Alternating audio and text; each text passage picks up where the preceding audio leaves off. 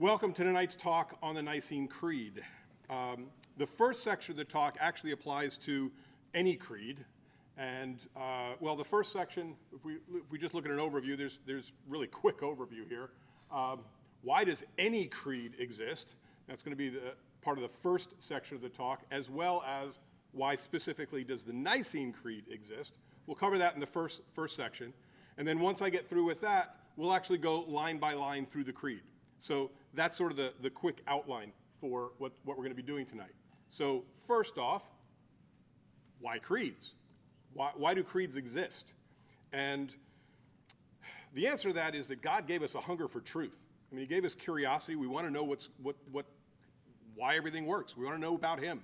So creeds help us to satisfy that hunger by capturing the essence of our faith and put it into nice short sound bites that we can get so that we can extract the pure truth of the most important subject of all, which is God and his plan of sheer goodness for our lives.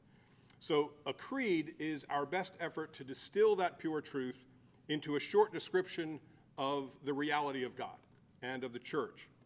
The Nicene Creed, if we're reciting it as a group, it takes somewhere about 90 seconds to maybe almost 2 minutes, because we tend to talk slower when we're in a group. But if you recite it yourself, if you've memorized it and you recite it, it takes about a minute to recite, which is amazing. And if you've memorized it, that's important also. But why is it important that we can memorize a creed?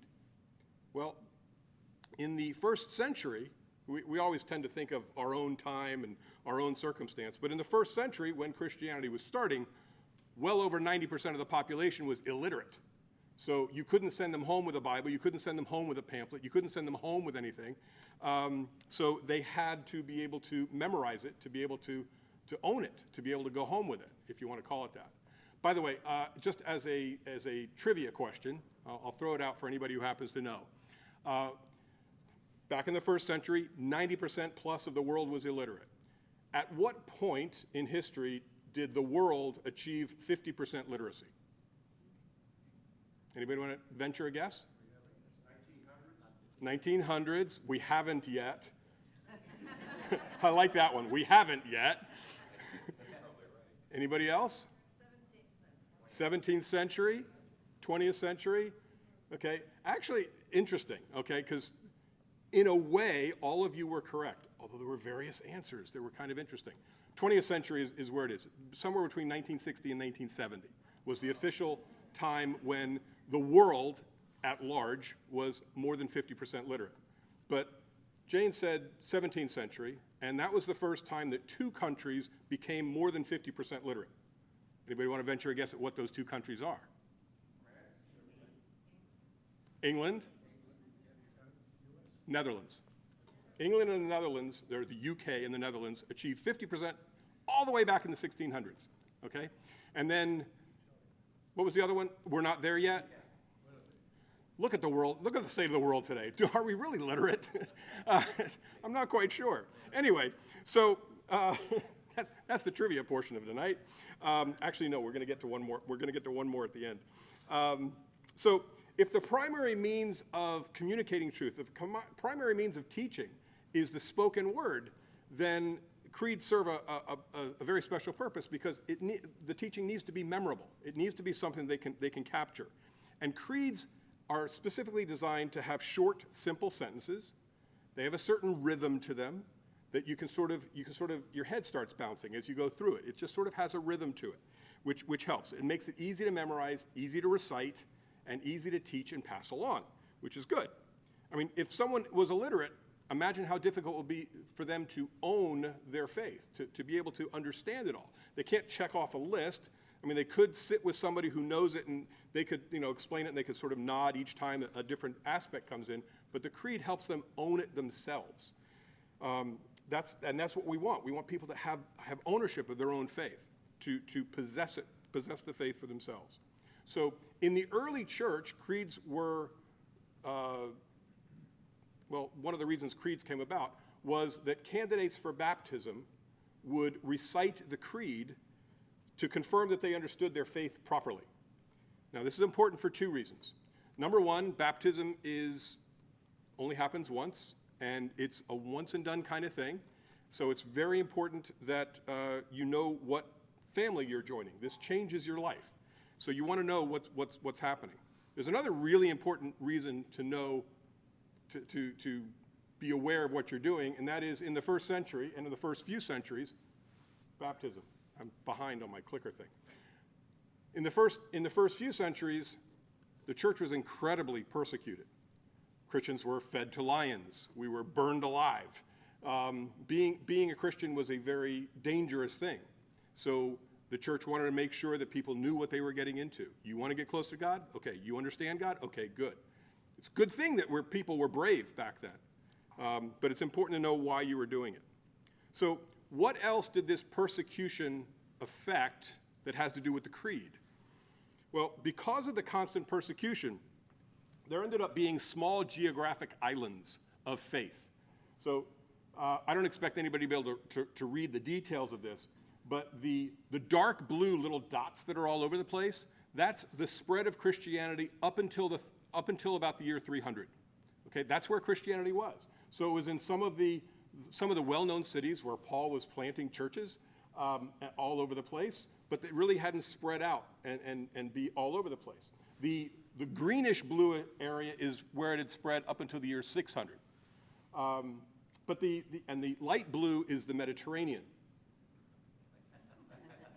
Thank you. Okay, I'll pause until I get a chuckle. No, so the dark blue are sort of like little small islands of faith, and because of the persecution, if you didn't really correspond a lot with people that you didn't know at a distance, because you didn't know if they were going to turn you in and you're going to be lion food.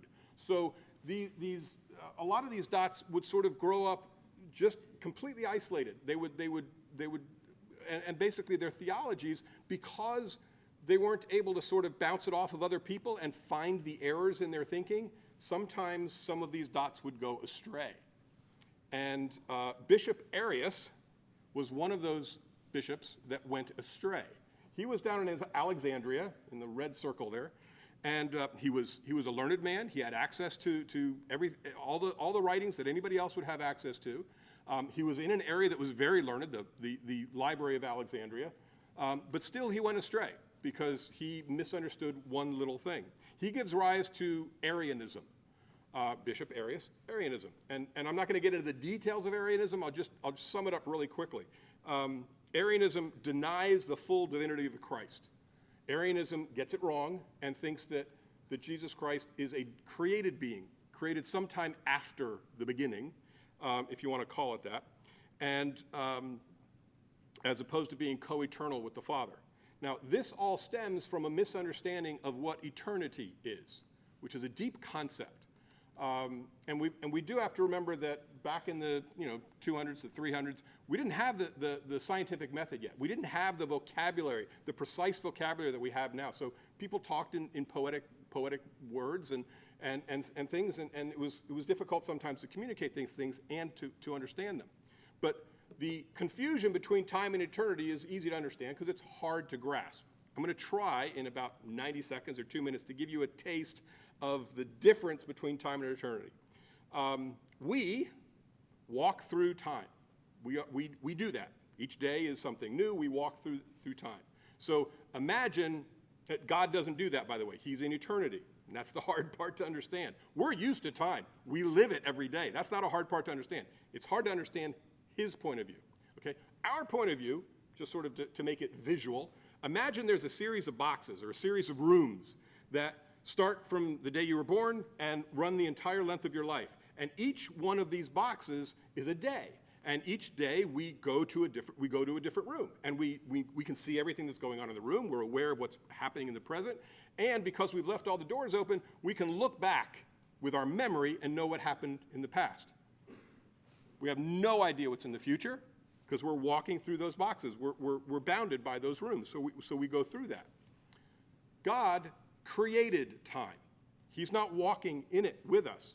Here's us. We're walking through time. He's up here. He created time. So he can look down on every single one of your boxes all at the same time. He sees you as an entire block of a person from the beginning to the end. He knows everything all at the same time. I'm going to struggle to describe this, because anytime you start trying to describe this, you start using time words like before, after. God already knows what you're going to have for lunch tomorrow. It doesn't interfere at all with your free will, but he already knows. No, he doesn't already know. He's just up here. He's not in time. Things like already, before, after, it doesn't apply to God. He's up here. Does that make sense at all? A little bit? Okay. I'm going to try and refine that as we go on, because it's going to come up again. But that's the idea. God's up here, outside of time. We walk through it. So, and we'll get back to Arius and how this is handled in a bit. In 313, in the year 313 AD, the persecution ended with the Edict of Milan, and now Christianity was at least tolerated and wasn't persecuted. You could actually proclaim it publicly, and you weren't fed to the lions, which was a nice thing. And shortly after that, in 325 in Nicaea, which is there, in case anybody wants to know where Nicaea is, in Nicaea there was a council that brought all the bishops together to decide on what to do about all these various things that were wrong, and to come up with a framework so that we'd all know it correctly, because we are a Catholic universal church. We want to understand the faith the same way everywhere. We want to know the truth. So they held the Council of Nicaea in 325 to handle this heresy and others. And then, because it didn't really squash it, they came back in 381 just across the rift there in Constantinople, and had the Council of Constantinople in 381, which then extended the creed a little bit. And this is why, by the way, it's really not the Nicene Creed. Does anybody know the full name of it? It's the Niceno-Constantinopolitan Creed. That's a mouthful. Just while you're sitting there in your seat, try and say that. Niceno-Constantinople. It's hard. You got to figure out where. If you break it up and you stress con and Paul, it gets it. It's Constantinople, right? Constantinopolitan. Then it makes it easier. Constantinople, Constantinopolitan. Okay, we'll get off the words. Anyway, so the Niceno-Constantinopolitan Creed seeks to create a connection between these distant groups so that we all have the truthful understanding of the faith. In the letter to the Ephesians, and some of you are here for the Bible study on Ephesians, St. Paul puts a premium on unity. He wants everything to be unified. It's not important, well, it is important to him that we have faith, but it's not as important as that we all have the same faith. So we should have faith, but we should all have the same faith. Let's say, for instance, we're all here, we're gathered, we all call ourselves Christians because we believe that there's something important about Christ, but we have different opinions of who he really is. So some of us, say, okay, he's 100% God and 100% man. That's the proper understanding. Some of us don't quite get that right, and you can only add up to 100, so we think it's 50% God, 50% man. That's not quite right. Some of us think that he's only God. He's not man at all. There's no humanity in him at all. Some of them think just the opposite. He's only a man. He's the most amazing prophet ever connected to God, but he's not God at all. Some of us think that he's literally a hologram sent by God. He's neither God nor man. He's just a hologram that looks like somebody so he could teach us. These are all actual heresies that took place. They didn't use the word hologram back then, but these are all actual heresies that took place. Now, we all call ourselves Christian. We all think that Christ is important somehow, but do we all have the same faith? Would we disagree if we sat down and really started thinking deeply about our faith? Would we all be able to attend the same church service? It would be very difficult. So we really wouldn't all be brothers and sisters in Christ, to say the least. We wouldn't really be on the same team, and it's unlikely that we would agree if we really got into any detail. And we wouldn't know who possessed the truth, because there is a truth, which is important. So creeds, they use very precise wording that is carefully put together to convey the truth. This inserts a kind of discipline in our faith to make sure that our core beliefs are accurate.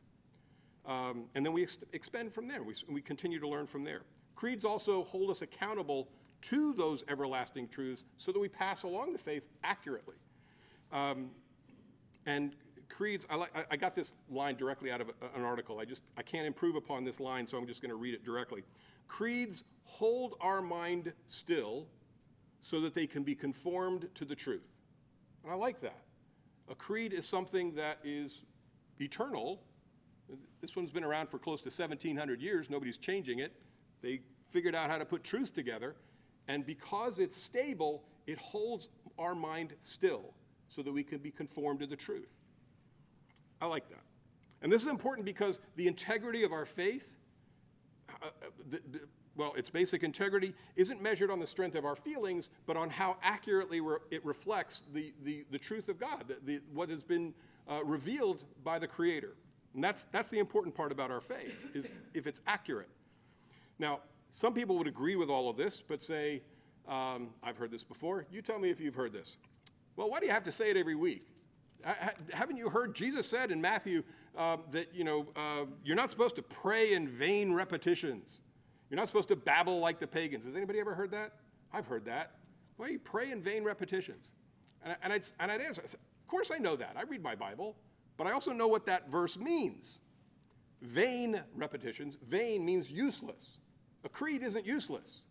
A creed is meant to distill the truth. And if it's done that properly, if it's captured that, if it does have merit, if it is true, then I agree with St. Paul, who says pray unceasingly. It's a good thing to repeat a good thing. See, you're not supposed to memorize something that has no merit and then just keep saying it as if it means something. But if it does mean something, then you say it all the time because you conform your mind to the truth. We want to keep the truth in front of us and in our hearts. Now, speaking of keeping the truth in front of us, does anybody happen to know why cathedrals have Bible scenes on their stained glass? Because they couldn't read back then. Exactly. Illiteracy, second line. They couldn't read. So they couldn't go home and read those stories, but they could see them and maybe ask somebody and have it explained to them. And then the next time they saw it, it would bring everything back. So there's a twofold beauty in those stained glass panels. First of all, they're just simply beautiful. But then they're also beautiful because they help to pass along the faith. As a static thing that's up there bringing the light in, it helps to pass along the truths of God, which is beautiful. Does anybody happen to know why the world's most magnificent artwork are all about, a lot of them are about Bible scenes? Because they were illiterate back then. This was one of the ways people could pass along the faith. It was the most important subject to paint about or to sculpt or whatever. It's the most important subject there is. And the artists knew that, and they created it, and it helped to pass along the faith. So if stained glass and beautiful artwork help to keep God close to us, who would want to not have that around? Doesn't make any sense. I would think our spiritual enemy would like to have that not around, but it's not good, because some people say, oh, well, take all the artwork out, that's a distraction. Paint all the walls white, and we'll just sit here in a stark room and talk about God.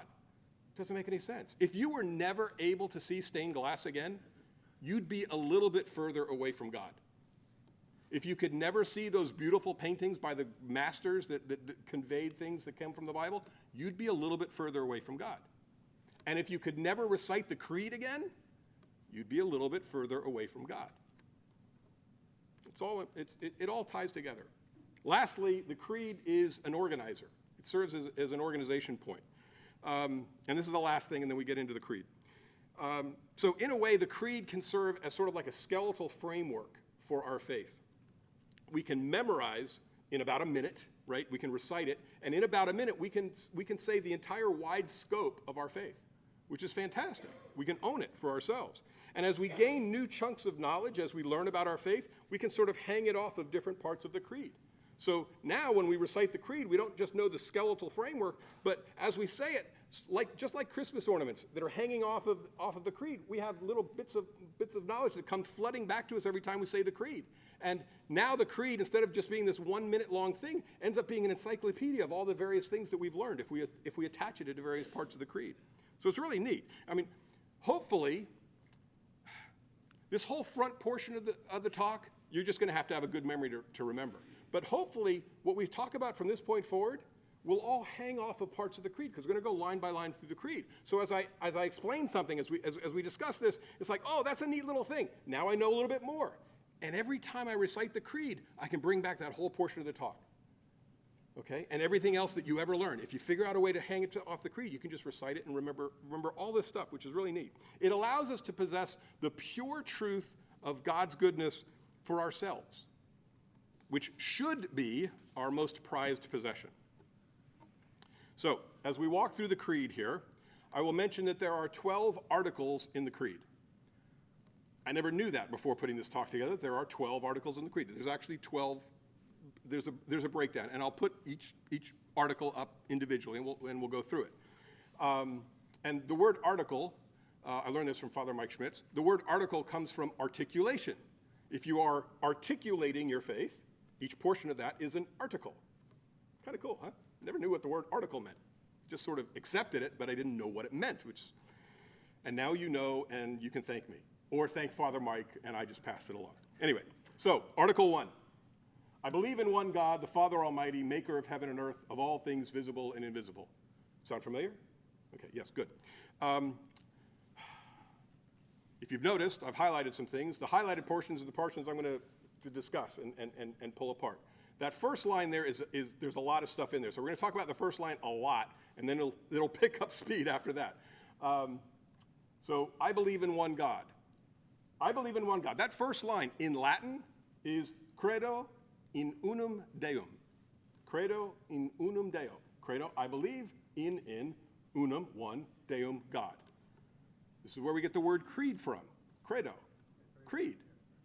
I believe, anything that is a creed is something where you're professing what I believe.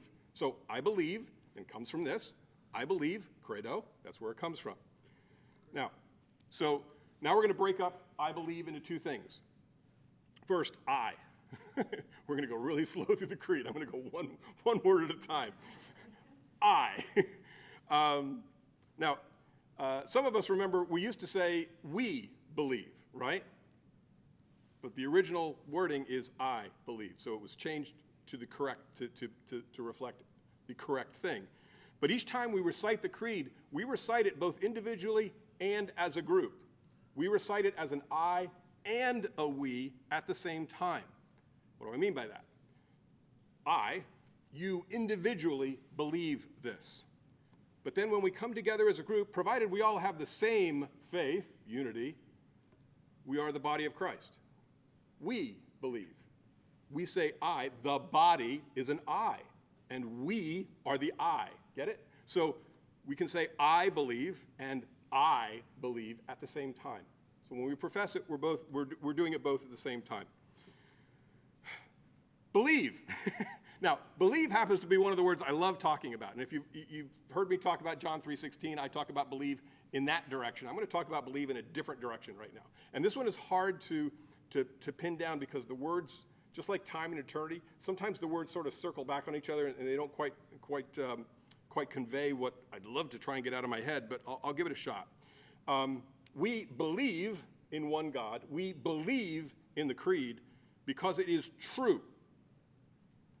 Not because it's one worldview out of many equals and we happen to agree that our personality happens to align with that. So for today, for this portion of my life, I'm going to believe that.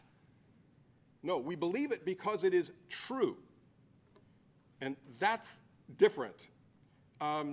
It's not just that it appeals to my personality, but I believe it because this is truth.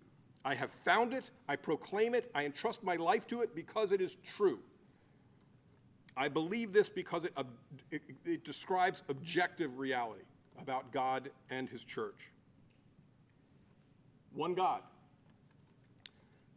You don't have to be a history scholar to know that in the first century, there was a whole bunch of gods, right? There was temples to Zeus and Aphrodite and Apollo and all these various people. And you would pray to many gods, or perhaps you had a favorite that you visited all the time.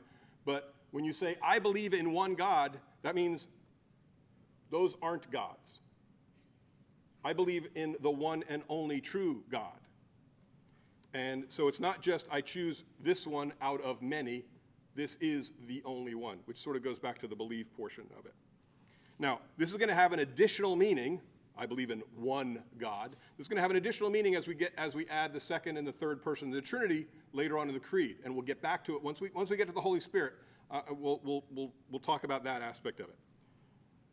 Father Almighty, creator of heaven and earth, of all things visible and invisible. This is both the natural world and the spiritual world. We believe in both of them. The invisible doesn't mean like air. It's invisible. It means the spiritual side of the world. And we believe in both. Article 2, we bring in Jesus Christ, the second person of the Trinity, the part that Arius got wrong. It says, the only begotten Son of God, born of the Father before all ages. Before all ages is that poetic way to say, I'm going to work in before all ages, then back up to begotten. But before all ages is the poetic way to say from all eternity. Before all ages means up here, but just has to be poetic because the scientific method hadn't been created yet. The vocabulary wasn't there yet. So it's poetic. We just have to understand it. And this is the beginning of the clarification of the Arian heresy. Remember, this is written in the 300s, so we've got a vocabulary situation. But also realize that this was written in the 300s, and no one's tried to update it for close to 1,700 years. They captured truth. You can't improve upon truth. The very fact that it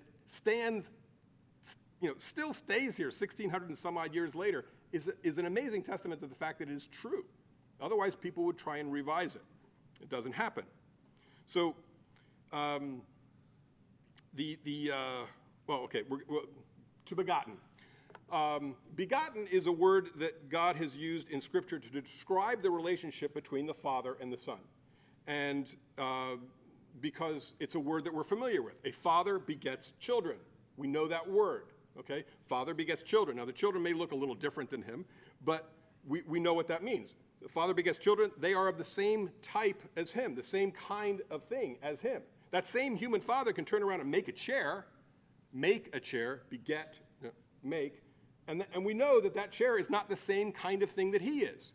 Beget means that I've made something like me, and a chair is something else. So begotten, not made. Well, that's in the next article. I've gotten ahead of myself. Forgive me. We'll talk about it then, too. But anyway, so the part of the Arian heresy that Arius got wrong was there is no time in God. So in the human, God has used a word that we use in normal human language. Father begets a son. But in our normal human language, we walk through time. So we all know that the Father comes before the children, right? We know that. Not so with God. There is no time with God. So it all just is. There is no time with God, so there is no time before the Son existed. This is what Arius missed. I'm going to come back to it in a little bit later to try and add to it, but it's not the right time in the creed yet, so I'm going to go hit it later. Article 3. This is where we really stick it to Arius. Make sure everybody understands Jesus Christ is God. God from God, light from, you ever wonder why we say it three different ways? We're really making sure that Arius understands and everybody who is misled. God from God, light from light, true God from true God, begotten, not made, consubstantial with the Father, through him all things were made. Now, if you noticed, I shook my head violently.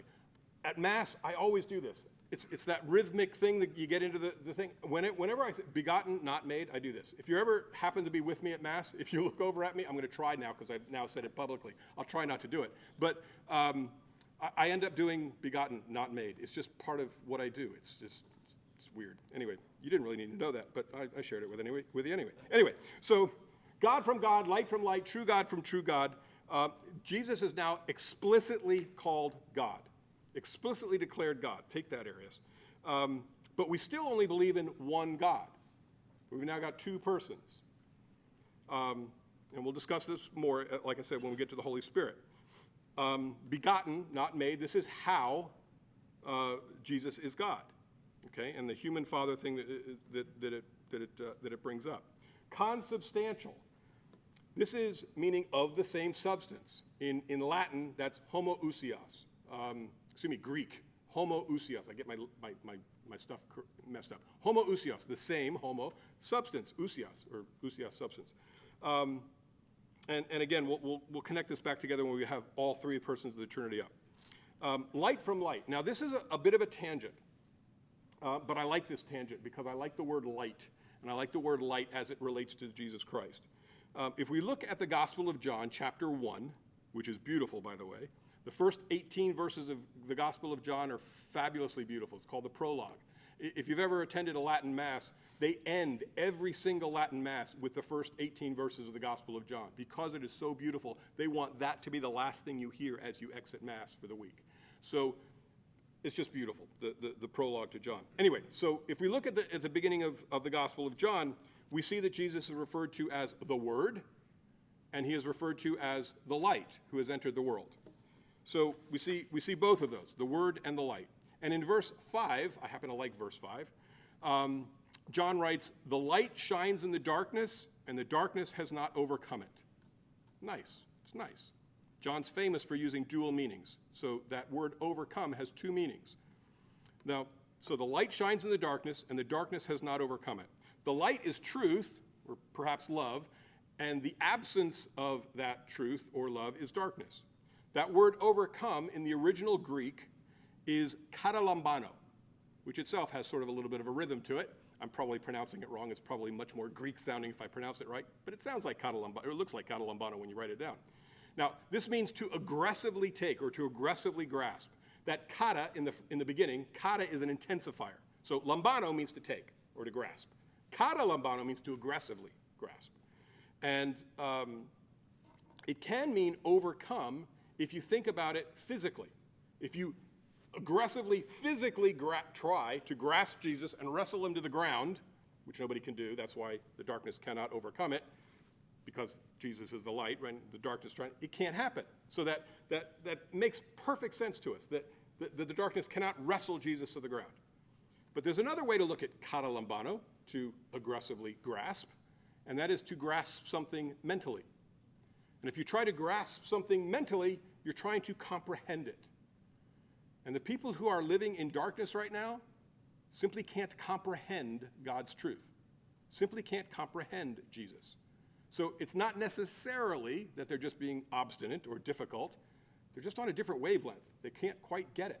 They can't comprehend truth. Katalambano. So we should pray for them. When we see light from light, there are people who don't get the light. For now, hopefully later they will. Now, that's the end of that tangent for Gospel of John. But as long as I've got you on kata, as long as I've explained kata, I'm going to throw in one more word. There's another word that starts with kata, which is kata ekeo. And because we know what kata means, right? Kata meant intensifier, right? It's an intensifier. So kata ekeo is an intensive, kata ekeo, an intense echo. Kata ekeo is where we get catechesis from. Catechism, catechist, catechumen, okay? A catechist tries to echo the faith thoroughly and fully. A catechumen tries to absorb that echo thoroughly and fully. So it's another quick, that was a quicker tangent at least, and we'll say that. So the kata intensifier says to pass it on like in its entirety. Now, the last line here, through him all things were made. I didn't highlight that one simply because I didn't want to have the entire page filled with highlights, but it does bring up a question. Through him all things were made. Doesn't that sound like Jesus is part of the creator? Sounds like it, right? But wait, didn't God the Father create everything? Didn't we just say that in the first article, right? Maker of heaven and earth, of all things visible and invisible. Well, yes, but read Genesis 1. How did God the Father create everything? Spoke it into existence. Jesus is the Word. So Jesus was there as co-creator. And if you also read Genesis 1, the Spirit was over the waters. So all three persons of the Trinity were there as co-creator. It's all there. So through him all things were made. Article 4. For us men and for our salvation, he came down from heaven and by the Holy Spirit was incarnate of the Virgin Mary and became man. For our sake, he was crucified under Pontius Pilate. He suffered death and was buried. Now, this article, it's amazed me when I looked at it because I'd never broken it down in articles. But this one article out of the 12 is the sum total of Jesus' life on earth. 41 words. Imagine you were given the task, and you didn't have to argue with other bishops in a council. You could just figure it out on your own. You had full autonomy. Take these 4 Gospels, take everything you know from Paul, and condense it down to 41 words. Could you do it? Somebody figured out how to do it. 41 words. It must mean that what's up there is really, really important. Almost everything else is left to be learned later. But the core of Jesus' life on earth is up there in 41 words. So, what made the cut? Came down from heaven. He came down from heaven. This is God, who is outside of time, enters time. He enters time. He's never done that before. He enters time. That's kind of neat. And he walks around time like one of us. Incarnate, and by the Holy Spirit was incarnate of the Virgin Mary. Those of you who speak Spanish know what incarnate means. Carne asada, right? It's flesh. It's meat. It's flesh. He took on flesh and became one of us. Now, this means that Jesus was fully God and fully man. Now, as fully man, he got tired, he got cold, he got betrayed, he was susceptible to harm. These are all things that God would never experience up here. But when he entered history, now he was susceptible to all of that. Now, that's the only reason he could be crucified, obviously. But it also plays a role in how he can respond to us when we pray to him. And we are suffering our own pains and sufferings and being cold and tired and betrayed. We're now talking to somebody who's actually gone through it. Not just knows about it because he's omniscient, but he's actually walked through it. So it means a little bit something more when you pray to him because he's actually gone through it. It allows God to understand our pain and suffering even more when we pray to him. By the Holy Spirit was incarnate of the Virgin Mary. This is where God and man became one blood family. It's hard to overstate how important this is. And there are people out there that miss it. There are people out there are just downright disrespectful. Oh, Mary's just a vessel. Have you ever heard that? Mary's just a vessel. And I understand that's just anti-Catholic bias that's built into people. They have a dismissive attitude. But if they hadn't had that programmed into them, what an unbelievably disrespectful thing to say to the person who raised the second person of the Trinity. You wouldn't say that to a friend, oh, that's just your mother. You said, that was a great thing that she did. If for no other reason. So whenever I hear she's just a vessel, it betrays an ignorance of the fact that we are blood brothers with Christ because she said yes. There was no other way. It's important. We don't worship Mary. We only worship God. We venerate her. We respect her. But we do respect her. So anyway, because that's the only way we're blood brothers. So everything in that first half, those 3 first things that I talked about, everything in that first half all revolves around one word, which is incarnate.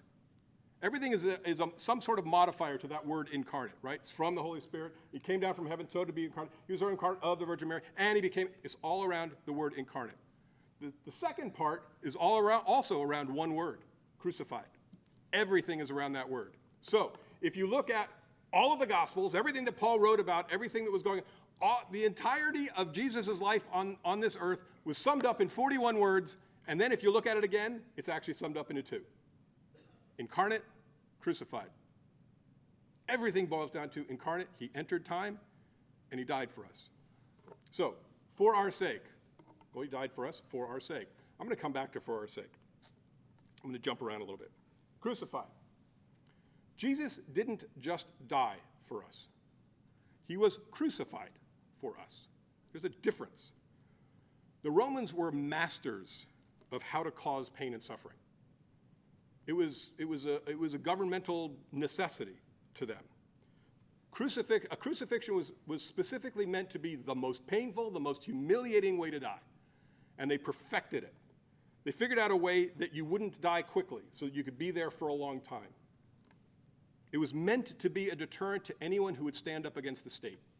And it was very effective. It was very public. It was very painful. You didn't die from lack of blood. You died of asphyxiation. The Romans didn't want it to be easy. Have you ever noticed when you look at a crucifix that Jesus' feet aren't just nailed to the main cross, but there's a little piece of block of wood underneath it? Have you ever thought maybe that's because his ankles wouldn't bend that far? That's not why. The reason is that when you're suspended like that, you can't breathe because you're hanging from your arms, and your muscles simply won't work that way. The only way you can breathe is to push yourself up with your legs, take a breath, and then fall back down because you're in pain. And you just keep doing that until you just can't do it anymore. And you die knowing that if you just had a little bit more strength, you could breathe again. But you don't have enough strength anymore. It's incredible. Everything about it, the Romans were just incredible about that. So ultimately you'd suffocate. Either you couldn't push up anymore or your lungs would fill with fluid and you'd asphyxiate. Either way, it would work. It was an incredible and painful way to die. And he did this for our sake. He did this because our sins mean that we have to be crucified to cleanse us, to be ready to go to heaven, to be pure enough, to be clean enough to go. But he did this so that we didn't have to do it each individually. He did it for our sake. So if you're like me, because I've wrestled with this one years ago, I wrestled with, okay, but he's one man, right? I can see how someone who's very brave would say, no, my friend, I don't want him to take me instead. And the Romans would say, okay, fine, I'll crucify you, he can go free. And you get one for one, right? You can see how that would work. But how does one man save everyone? How does one man take the place of everyone? Well, this is fully God, fully man, right?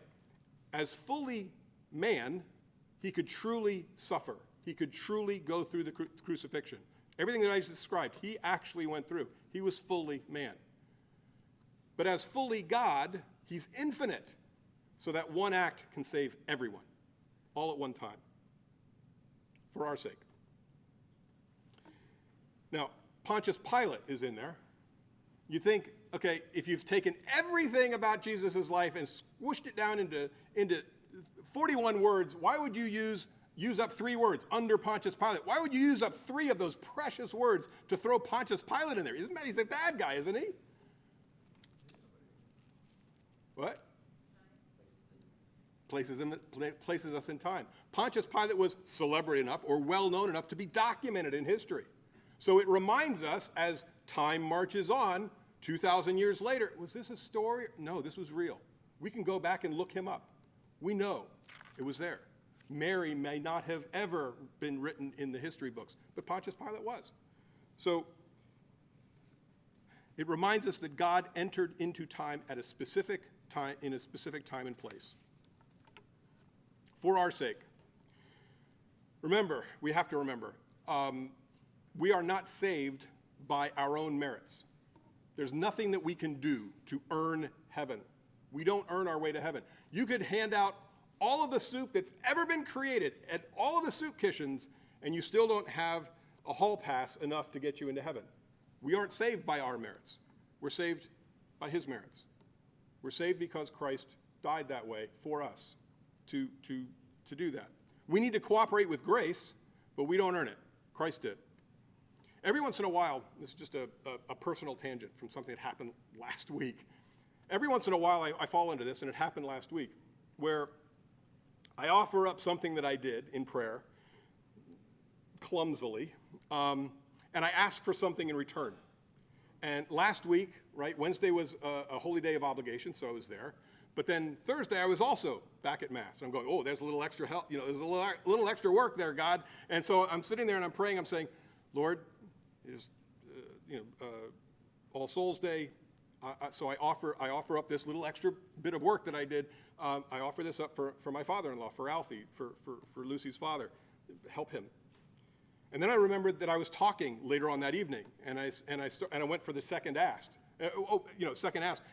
Will you also help to make sure that my words, come out of my mouth right? And I stopped myself before I did. I'm going, that's greedy, right? I only did one thing. I'm asking for 2 things. I shouldn't go for the second ask.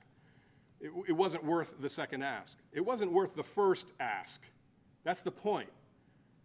We don't get prayers answered through our merits. We get prayers answered through the merits of Christ. We just happen to be asking a good Father, a Father who loves us. Our faith, my sacrifice wasn't worth the 2 asks, and that's correct. But the merits of Christ allows me to ask for anything, and if the good Father it says that's a good ask, then he opens up the floodgates of the merits of Christ, and that can be done. But our cooperation is what opens that door. In that sense, it's not a perfect analogy, but in that sense, our faith is like a light switch. If you walked in here and you flipped the switch and all the lights came on, did you power the lights? Does anybody think they've got 110 volts coming out of their fingers? That's not the way it works. But we ask the Father, and if it's a good ask, then he turns on the merits of Christ and the lights come on. Sometimes that light switch can light up an entire city block. The merits of Christ can do amazing things. If it's a good ask, God can answer that. We don't control God like a light switch. That's not what I'm saying. If it's a good ask, and he says that's good for you, that's good for the world, then we can do that. Article 5. The next couple of ones go pretty quick. Article 5. And crucified, died, was buried, and rose again on the 3rd day in accordance with the Scriptures. I got into 2 separate conversations last night, because I did this for RCIA last night, about rose again.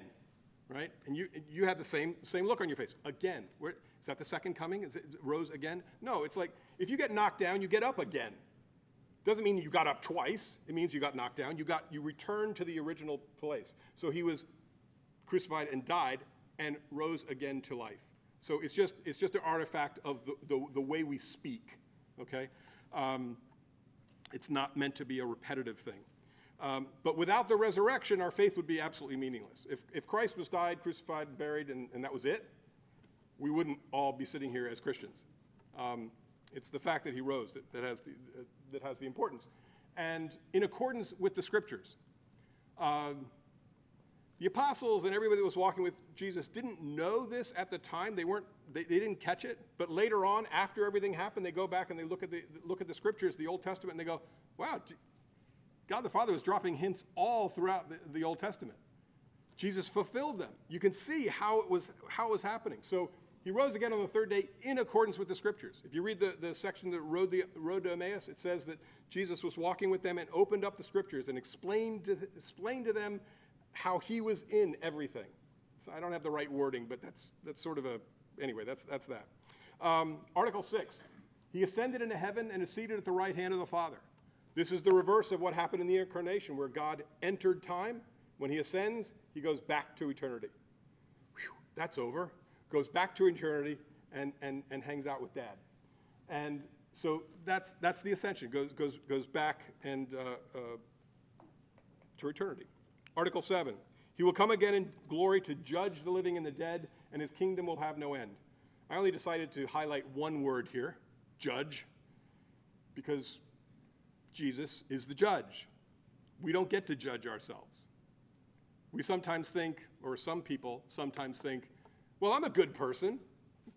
God will let me in. I'm a good person. I was nice to people. I didn't do anything extraordinary. I didn't kill anybody.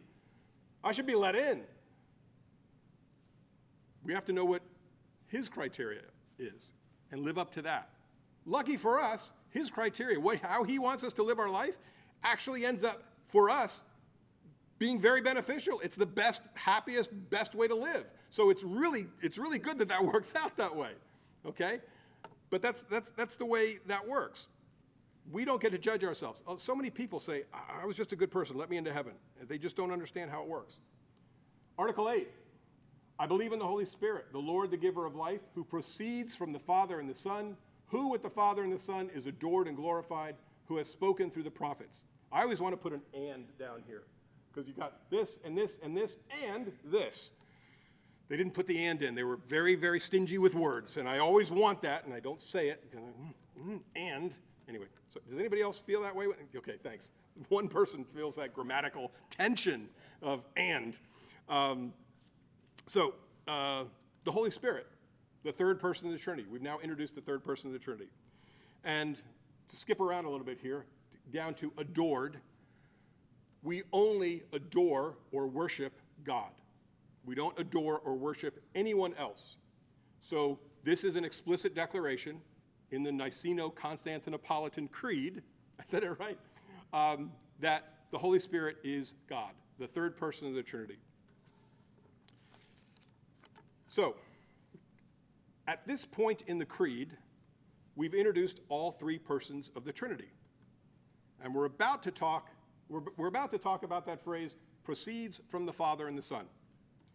So this is the perfect time to share my analogy of the Trinity. Anybody interested? Okay, good, because I was going to do it anyway. By the way, I haven't been able to find this analogy anywhere. I've looked. I can't find this analogy anywhere, but I like it.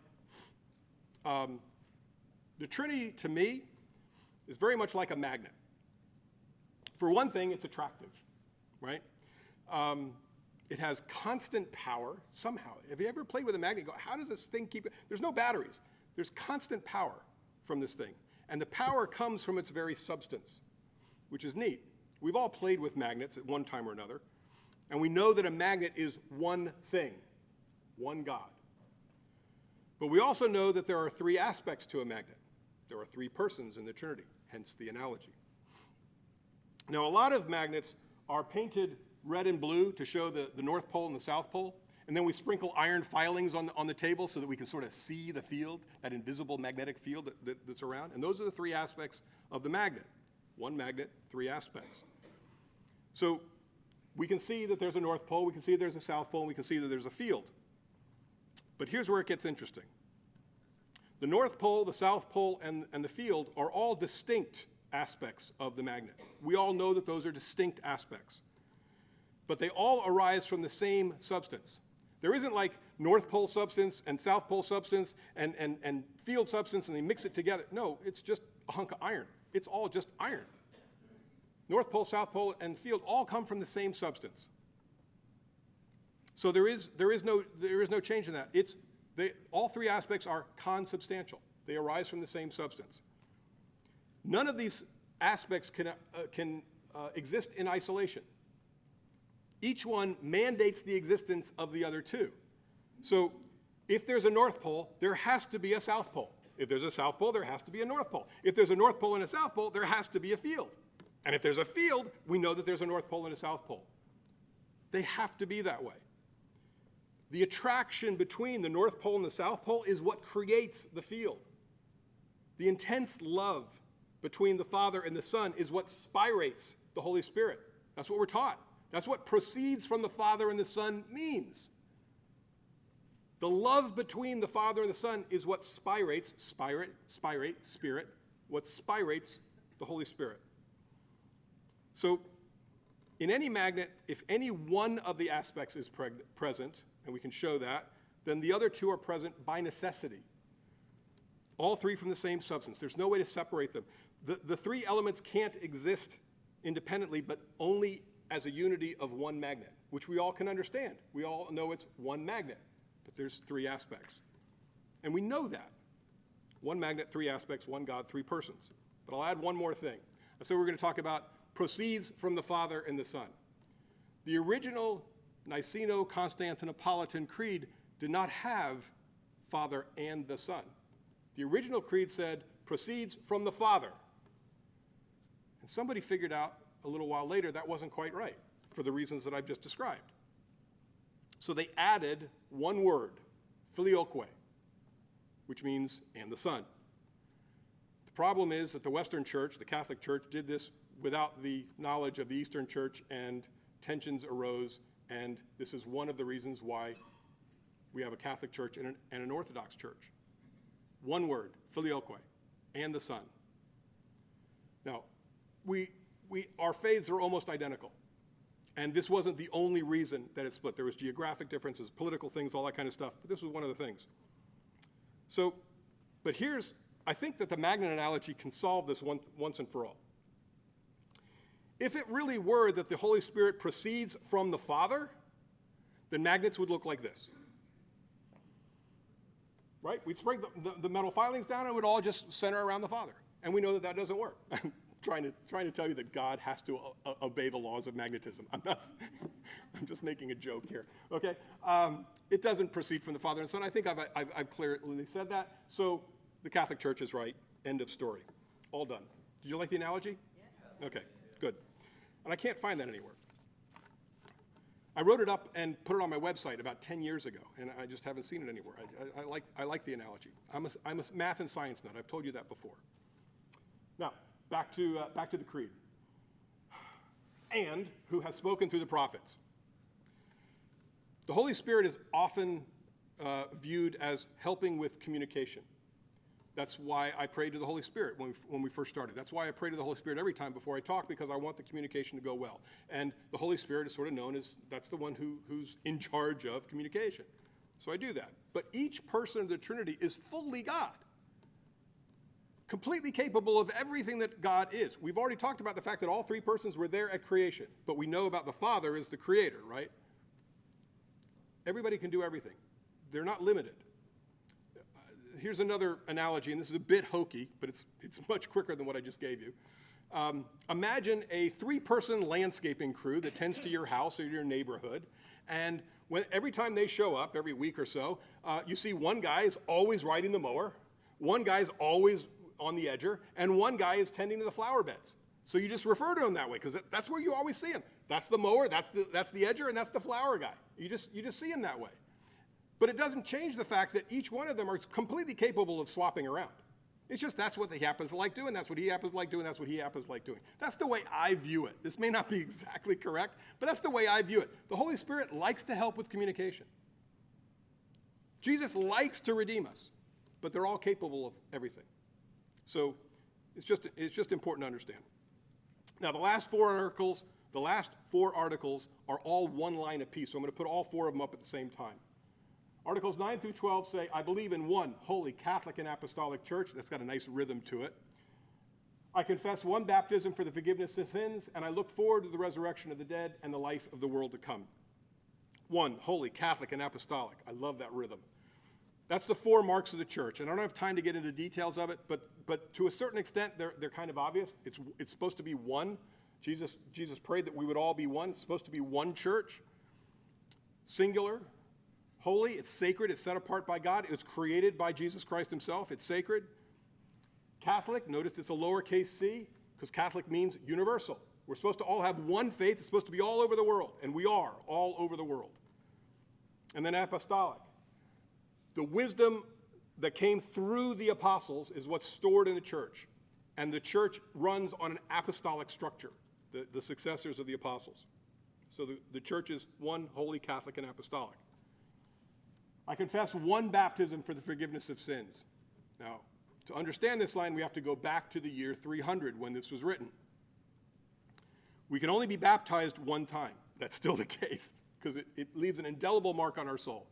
So it also wipes away original sin. It wipes away any act, in addition to original sin that it wipes away, it also, at the time you're baptized, every sin that you've done prior to that is all wiped away. You knew that, right?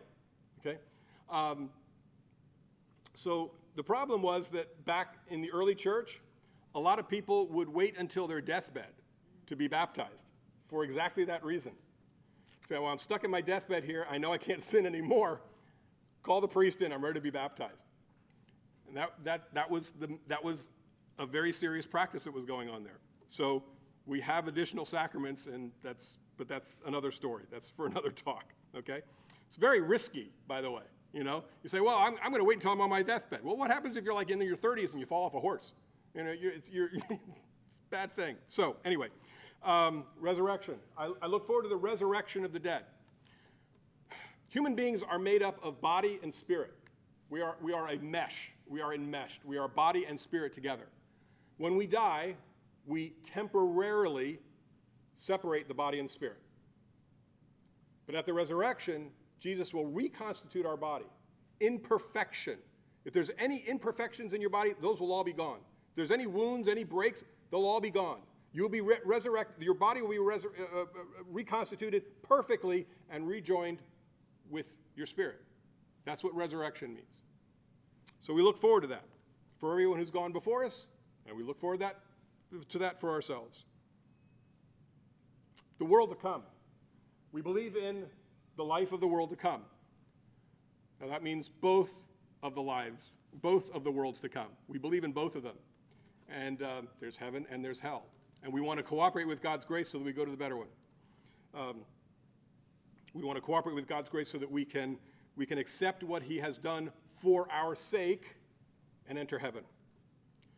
Now, at this point, we're finished with the creed, but I'm going to ask you a trivia question. And because I don't want anybody to be able to guess, there's nothing on the screen. I'm not even going to give you a single word to give you a clue as to what the answer is. Trivia question. After someone dies, if there's some reason to do so, the church will open an investigation as to whether or not that person can be declared a saint. And to do that, they need to look for a series of confirmed miracles and various other things. This can take a very long time. It's a very arduous process to go through and declare somebody a saint. But sometimes it happens quickly. There's a handful of them that have been done very, very quickly. One person was, out of all of them, one person was declared a saint faster than anyone else. The number of days after his death, gave you a clue, the number of days after his death was shorter than anybody else to the point where he was a saint. Anybody want to take a guess at who that is? Pope John Paul? No. Anybody else? Padre Pio? No. Again, these same guesses I got from last night. Anybody else? It was in the 1200s. Oh, okay, forget it. It's gone now. Who knows anybody from the 1200s? Francis, no. I don't know when he was, but you might have the right century, but no, that's not it. Nope, that's not him. That's not it. But you're in the right time frame. It's St. Peter of Verona. That was right. That was your next guess, right? Has anybody ever heard of St. Peter of Verona, also known as St. Peter Martyr? Anyway, he was declared a saint 337 days after his death. 337 days. That was fast track in 1253. Now, during Peter's life, there was a breakaway sect that was leaving the church called the Cathars. Cathar means pure, so they were calling themselves the pure ones. It was like an early version of the Puritans, basically. So the Cathars were leaving the church, and Peter basically dedicated his life to preaching to them to bring them back to the fullness of the faith, to bring them back to the fullness of the truth inside the church. And he was very, very successful at it. He was bringing Cathars back by the boatload, which upset the Cathars who were still Cathars. So they hired an assassin to kill him. Welcome to the church. Welcome to politics in the church. No, kidding. It's just, that's sort of what happened. So on April 6th of 1252, in the outskirts of Milan, this assassin caught up with Peter and killed him with a machete-like instrument that sort of looks like an axe. A machete and an axe, it's called a fulcastrum. Doesn't quite look like that, but that's close enough. Now, before dying, Peter used his own blood to write something on the ground. What he did was he wrote, Credo in unum Deum. I believe in one God. Peter's faith is what drove him in his life. It's what he did all the time, and it's what he thought about just before his death. His faith was his most prized possession, and it was summed up by the words of the creed. So in his last few moments, he was able to proclaim his faith again, even just by proclaiming that first line, and he was able to see it as he died. So in his honor, let's finish tonight reciting the creed together. I'll put the words back up in case you don't have it memorized. I believe in one God, the Father Almighty, maker of heaven and earth, of all things visible and invisible. I believe in one Lord Jesus Christ, the only begotten Son of God, born of the Father before all ages, God from God, light from light, true God from true God, begotten, not made, consubstantial with the Father. Through him all things were made. For us men and for our salvation, he came down from heaven, and by the Holy Spirit was incarnate of the Virgin Mary and became man. For our sake he was crucified under Pontius Pilate. He suffered death and was buried. He rose again on the third day in accordance with the Scriptures. He ascended into heaven and is seated at the right hand of the Father. He will come again in glory to judge the living and the dead, and his kingdom will have no end. I believe in the Holy Spirit, the Lord, the giver of life, who proceeds from the Father and the Son, who with the Father and the Son is adored and glorified, who has spoken through the prophets. I believe in one holy Catholic and Apostolic Church. I confess one baptism for the forgiveness of sins, and I look forward to the resurrection of the dead and the life of the world to come. Amen. Did it feel any different? Were those Christmas ornaments hanging off the creed in a couple of different places for everybody? Good. I see a couple of heads nodding. Good. I did my job. That's where we're at. Thanks for listening. God bless you. God bless our country, and God bless the church all throughout the world.